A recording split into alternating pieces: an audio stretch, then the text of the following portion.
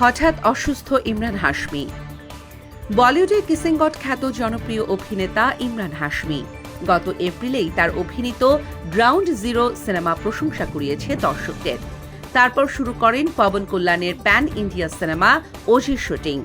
আর এ সিনেমার শুটিং চলাকালীনই অসুস্থ হয়ে পড়লেন অভিনেতা ইমরান হাশমি।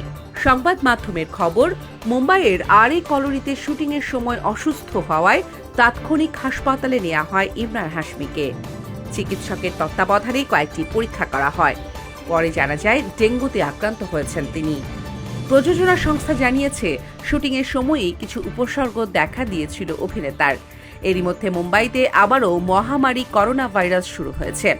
আবারও বর্ষার মৌসুম আসতেই ডেঙ্গু আক্রান্তের সংখ্যাও বাড়ছে।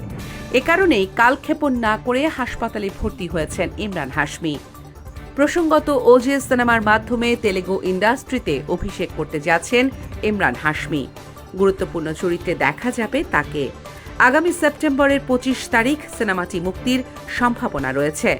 এই অবস্থায় হঠাৎ অসুস্থ হয়ে পড়লেন অভিনেতা ইমরান হাশমি। এ কারণেই সিনেমা মুক্তির তারিখ পেছাবে কিনা তা নিয়েই প্রশ্ন ভক্ত শুভাকাঙ্ক্ষীদের।